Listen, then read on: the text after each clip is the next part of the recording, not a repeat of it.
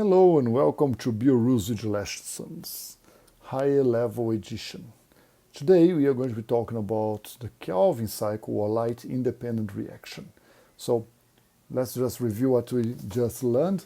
Light is necessary for photosynthesis and light is actually used to break down water. So water over there is going to be broken down. In that process, it releases electrons and hydrogens that are taken by the NADPH, which you saw over there highlighted in purple.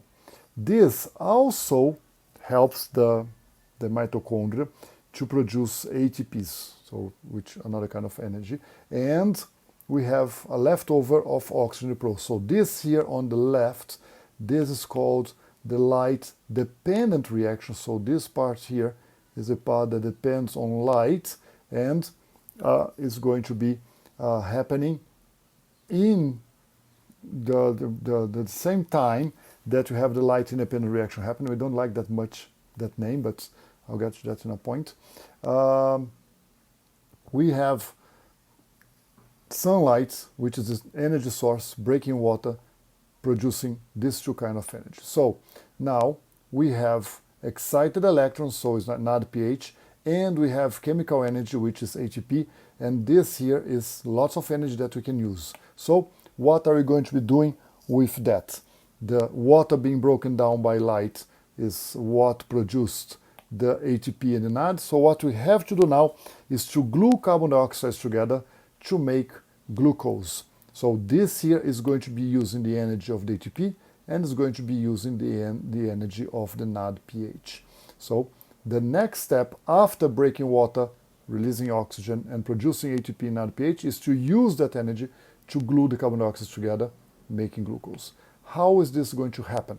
For us to see how that's going to be happening, we are going to take a look before on cell respiration, glycolysis, link reaction, and Krebs cycle.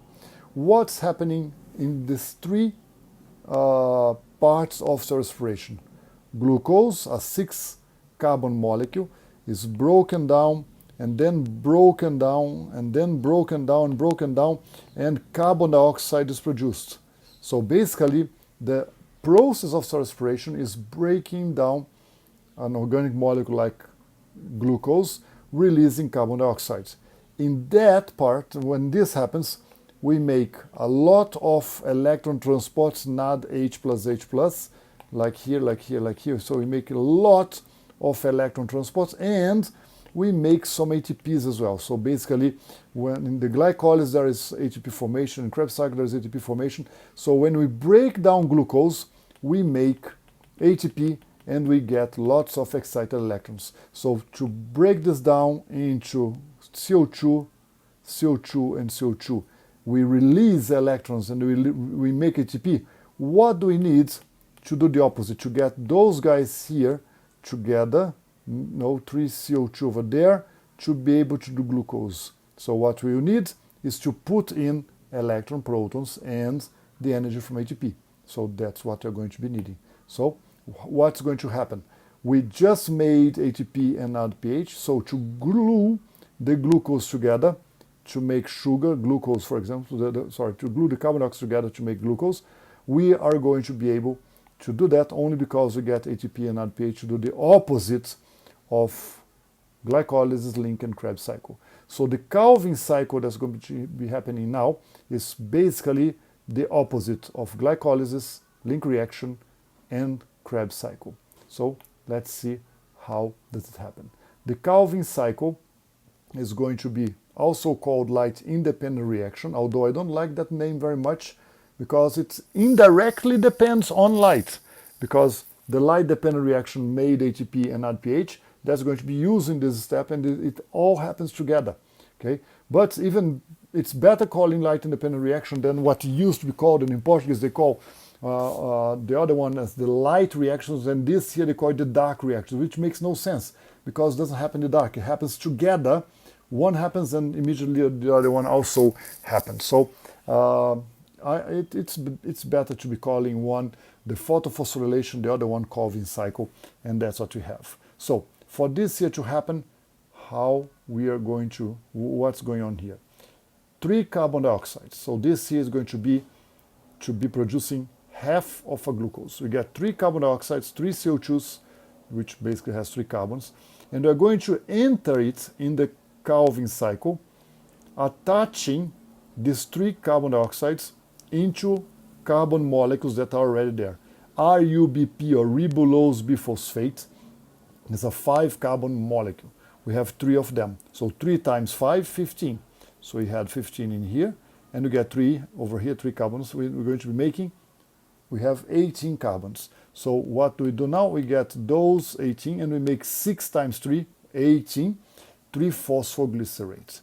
So this is the beginning of the Calvin cycle, where carbon dioxides enter the system, gluing themselves to ribulose biphosphate, or RUBP, and these steps use an enzyme called Rubisco. Yeah, Rubisco is the name of the enzyme that does this. Okay, this is steps called fixation of carbon dioxide, or simply putting carbon dioxide in the Calvin cycle. 6 3-phosphoglycerates now, they are ready to carry on. So what we are going to be doing now is that we are going to be giving energy of 6 ATPs that have been produced in the light-dependent reaction, and we are going to be giving electrons and protons from 6 NADPHs to be able to change 3-phosphoglycerates into G3P. G3P is a similar molecule to 3-phosphoglycerate, but it's more energetic. It contains more electrons, more protons, so it's more energized. And these 6 over there, they have been formed in a process called reduction, or you can say reduction of 3-phosphoglycerate to G3P, because no reduction is gain. 3-phosphoglycerate gained electrons to become G3P. From those 6 3-carbon molecules, so 6 G3P, one of them gets out. And if you do this twice, so if you do this entire step twice, you're going to have 2 times 3, we have 6, so we form a glucose. This here is more or less the opposite of glycolysis. We get 3 carbon molecules, so 2 times 3 carbon molecules, and we glue them together, we make glucose. And we can do that because of all the energy that went there. But we had 6 G3P, now we have 5 G3P, so this G3P now has to be regenerated into RUBP. So to make that, we are going to be needing more energy from ATP in a process called regeneration of RUBP from G3P. So, and then we start over again. We have RUBP there, and then we can put more 3 carbon dioxides, and we can start again. This is the Calvin cycle. It's a little bit tricky. It has all those names. Unfortunately, you have to know what's going on in each of the steps with the names, know this vocabulary. It's part of it. So my strong advice for you, learn how this happens, and then close your notebook. Try to do it without checking, without seeing what's going on, to see if you manage to get. Just to make sure, I'll show you what's most important, because if you're not going to be able to memorize every single step of there, let's try to understand at least what's going on. 3 CO2s are glued to 3 RUBPs. So 3 times 5, 15, plus 3, 18, making 6 times 3, 18, 18 carbons, 3 phosphoglycerates. So basically, when you put these 3 CO2s over there, we make a certain molecule that is already kind of energized, and we energize it a little bit more by adding ATP and by adding NADPH, the opposite of respiration. Instead of making ATP and making NADPH, NADH, what happens in respiration, we do the opposite. We add this energy to be able to glue the carbon dioxide together. This will make the G3P. 1 G3P is taken out of this process, and if you do that twice, we make a glucose. Then the 5 G3P remaining, they are regenerating to RUBP, and the cycle goes on. And that happens with ATP over there. Okay, get the idea. Most important here, these 3 carbon dioxides enter in a molecule and then go through these steps here, receiving energy of ATP, receiving NADPH electrons and protons, and making this molecule here, the G3P, 2 times, and we have a glucose. This is the Calvin cycle. Okay, if you are into molecules, you have here another view of it, RUBP, suffering the fixation of carbon dioxide when you put 3 carbon dioxides over there, making the 3-phosphoglycerate, receives ATP, receives NADPH, makes a G3P. You do this twice, and we make no, 2 times, and we make a glucose over there. And then we regenerate into the RUBP. These are the steps. If you are into the formulas and stuff, here is what we have. The ribulose biphosphate, this weird molecule over here, receives carbon dioxide, becomes a 3-phosphoglycerate, and then is going to be receiving energy from ATP, is going to be receiving electron proton from NAD, making a G3P over here. This G3P is going to be taken out, one of them, then the remaining 5 go over, back over there, making a ribulose biphosphate over there, and we have the Calvin cycle.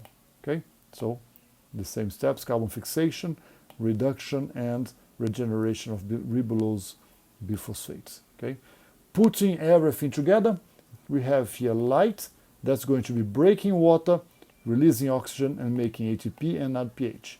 So this is more or less the opposite of what happens in the electron transport and chemosmosis in mitochondria. This happens in the surroundings of the thylakoid membrane, in the interface between the lumen of the thylakoid and the stroma through the thylakoid membrane. And this ATP and this NADPH now is going to be used to get those glucose glued together and making a sugar, and this is going to be using the energy from that. Once we have the sugar, we have glucose, we just produce photosynthesis. Okay? I hope you had fun. If you are high level, it will be demanded from you to know the steps and the names. I apologize for that. It's a lot of information. But if you at least know the idea, if you get the idea of what's going on, that will be more than enough for you to be able to talk about photosynthesis and cell respiration. That's the most important part. Understand what's going on there. How is it quite the opposite of cell respiration? Okay? The mid of the way, there are some similarities and some opposites to cell respiration, but overall, photosynthesis is the opposite of cell respiration. Understand that, and let's now talk about this in class. See you soon.